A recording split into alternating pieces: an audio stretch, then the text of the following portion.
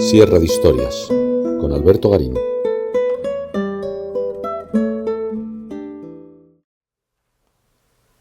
Si cuando Velázquez viajó por primera vez a Italia, descubrió la forma de pintar el cuerpo desnudo observando los dibujos que Miguel Ángel había elaborado en la Capilla Sixtina, y resultado de ello fue la creación de una serie de obras, quizás la más conocida sea La fragua de Vulcano, donde mostraba ese dominio que había adquirido de la forma de pintar el desnudo. Lo más llamativo es que, tras, digamos, una emoción inicial por demostrar su capacidad para crear figuras humanas muy armónicas, muy musculosas, muy en el estilo milangelesco de la Capilla Sixtina, Velázquez tuvo que hacer un segundo viaje a Italia para dejarse llevar por otra forma de representación del desnudo mucho más sensual, que es el que demostró en otra de sus pinturas más famosas, la Venus del Espejo.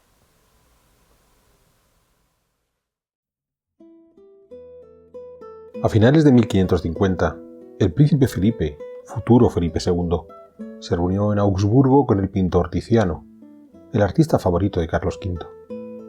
Se habían conocido en persona 2 años atrás, cuando fueron presentados en Milán.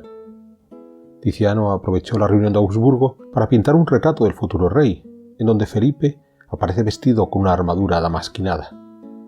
Pero además, el príncipe encargó a Tiziano una serie de poesías, un grupo de pinturas de tema mitológico. Aunque el príncipe Felipe era un gran conocedor de la mitología clásica, le dio a Tiziano una gran libertad a la hora de elegir los temas y la forma de tratarlos. Si algo habían de caracterizar esas pinturas, era la presencia de figuras femeninas representadas con una alta carga erótica. Después de todo, tal como concebía sus poesías Tiziano, más que el relato del tema tratado, el objetivo primero era el deleite de los sentidos.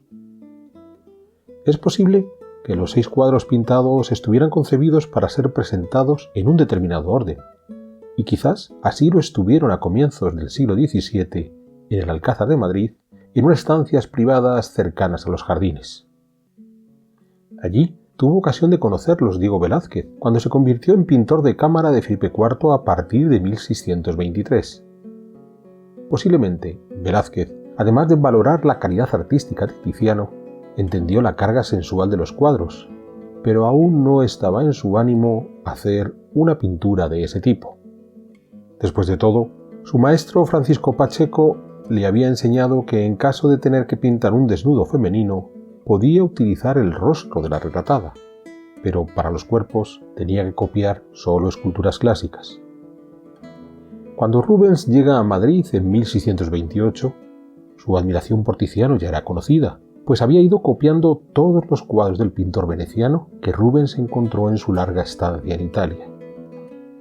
Lo mismo hizo en Madrid, donde aprovechó para seguir con esa labor de copista, incluyendo una de las poesías, El rapto de Europa. Poco después, a mediados de 1629, Velázquez salió para Italia, donde tuvo ocasión de estudiar la obra de Miguel Ángel. Esto le permitió a Velázquez dar un salto de calidad en su forma de representar la figura humana, sobre todo la masculina, con un carácter escultórico e idealizado. Pero además, todo apunta a que Velázquez se encontró en Génova con otra poesía de Tiziano, Danae recibiendo la lluvia de oro. Este mismo tema ya había sido remitido por Tiziano a Felipe II en otra versión previa, formando parte de esas 6 que el príncipe Felipe le había encargado. Pero Velázquez consideró que esta versión que él había encontrado en Génova era mejor que la que estaba en Madrid, de modo que la adquirió, la remitió a España y con el tiempo hizo un cambio. La Danae genovesa se quedaría en el Alcázar de Madrid, con las otras poesías de Tiziano, y la Danae primera se trasladó al Palacio del Retiro. Curiosamente, hoy, la Danae que fue pintada para la Corte de Madrid está en la colección Wellington de Londres, y la Danae que tenía que haber estado en Génova fue la que terminó en el Museo del Prado de Madrid. Esta historia de las Danaes nos muestra a un Velázquez acucioso por conseguir los cuadros de mayor calidad de los que él consideraba grandes maestros. Pero aún él mismo no se atrevía a pintar un desnudo femenino sensual. Velázquez ya estaba de vuelta en España para principios de 1631 y fue mejorando su posición en la corte. Para ello, fue asumiendo cargos relativos a las obras y acondicionamiento de los palacios reales, sin por ello abandonar su actividad como retratista real. Ni siquiera la caída en desgracia del conde duque de Olivares en 1643, recordemos, su primer protector en la corte, le impidió a Velázquez seguir mejorando su posición y, sobre todo, su relación con Felipe IV. De ahí que en 1649 el rey decidió enviar a Velázquez a un segundo viaje a Italia para adquirir cuantos cuadros de pintores famosos y esculturas antiguas pudiera encontrar, siguiendo de esta manera la labor que los embajadores hispanos venían haciendo desde 2 décadas atrás en los mercados de arte, no solo de Italia, también de Flandes, una tradición que habría de mantenerse incluso tras el regreso de Velázquez desde Italia. Instalado en Roma, habiéndole precedido su fama de retratista sobresaliente y contando con el apoyo del monarca más poderoso de su tiempo, Velázquez fue aceptado en la Academia de San Lucas, lo que le avalaba como artista entre los artistas romanos, hasta el punto de que el mismísimo Papa Inocencio X se dejó retratar por el pintor sevillano. Bien inserto en ese círculo artístico, Velázquez estableció lazos de amistad con el francés Nicolas Poussin. Poussin había llegado a Roma en 1624, por lo que los dos artistas pudieron haberse conocido ya en el primer viaje de Velázquez a Italia. Pero es en este segundo cuando sabemos de un trato continuado.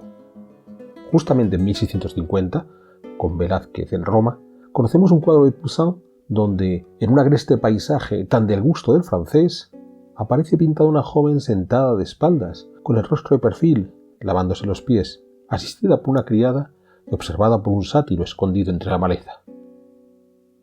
Otro de los artistas con los que sabemos que Velázquez tuvo trato y a quien también podía conocer de su primer viaje a Italia fue Bernini, quien en esa época es cierto había sido temporalmente apartado de la dirección de las obras vaticanas, pero que aún tenía y seguiría teniendo gran predicamento entre el mundo artístico romano.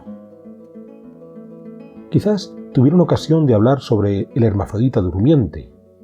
Esta escultura en mármol, de mediados del siglo II a.C., había sido descubierta en 1608 cuando se estaban trabajando los cimientos de la restauración de la iglesia de Santa María la Victoria en la propia Roma. El cardenal Borghese la había adquirido para su colección y le había encargado a un joven Bernini en 1620 que le esculpiera un colchón, también de mármol, donde poder exhibirla.